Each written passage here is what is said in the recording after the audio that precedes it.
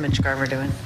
I think Mitch is probably hurting a little bit. That was, you know, a pretty tough situation. It's a big guy, you know, sliding into him, and we know there's going to be contact on plays like that. You know, we know it's always a possibility. I think the initial, you know, him getting checked out basically kind of revealed that he has a high ankle sprain, and that's kind of where we're at right now. We don't really have all the information. I think we'll probably know a lot more tomorrow. You know, probably not in as much pain as I was probably expecting, but again, anything beyond that is just speculation. What did you think of that play as a whole, the throw from Buxton and the way that Garver executed? Well, it was, I mean, it took kind of perfect execution to get Ohtani, and he's, you know, he can really run. Like one thing about that guy that most people wouldn't really know is that beyond everything else that he does is he's one of the faster players in baseball.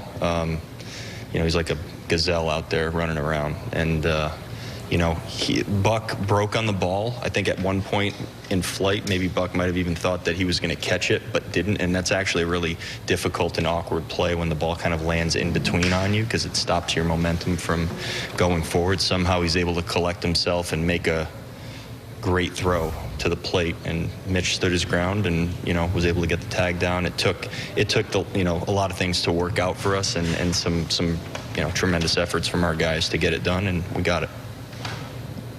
That's the right play, but by Mitch, correct? To sort of block the plate off with your foot like that, because I think once he has the ball, it's allowed for him to take that step. So. Yeah, I mean, the you know, the rules are they're kind of interesting. It's, you know, I can't say to me that I totally understand every single example that I see of, you know, what is the right way to handle that and what is not. We know what's effective, and we know that once you have the ball, that you know, you can put yourself in front of the plate once you have the ball and you have possession of the ball. Yeah, I think Mitch did everything right. It's just an unfortunate situation that he ends up getting hurt on the play. The breakout that he's been having and the value that he's added to this team, both offensively and defensively. I mean, he worked hard on his defense, but this kind of offensive production at the start of the year, is this something, a level that you could have anticipated coming into the year?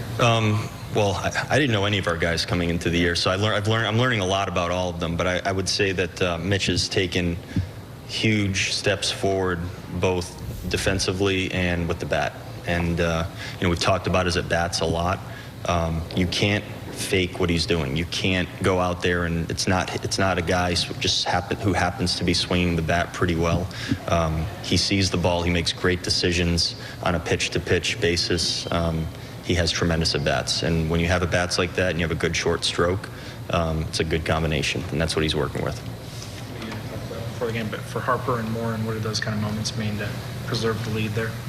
Well, I think, you know, for the group, I mean, it's great for our bullpen as a whole to see, you know, some guys that are being put in some tough spots and going out there and getting the job done.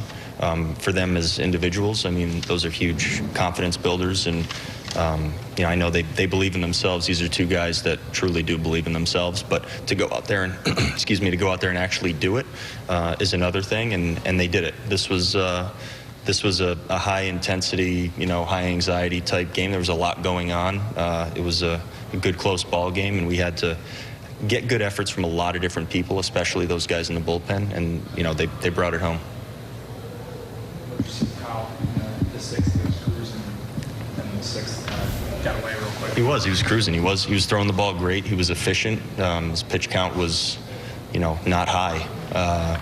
He was able to get outs, I don't want to say easily, but he was able to get outs efficiently. And, you know, I think he probably lost his command for what he was, you know, doing. And in the middle of the game like that, you know, there's not always time to regroup and, you know, figure it out, because, you know, in a close ball game like that, and, you know, 5th, 6th, 7th inning, I mean, if you do, you know, struggle to find it for a batter or two, it's probably the right time to, you know, look at all of our options and see what's going on. But again, he threw the ball well early. He got us into that spot, and I think it worked out. It worked out fine, with us going out there and getting him when we did. He continued to battle, and I think in that inning though, the strike throwing was probably just a little bit different than it was the whole game.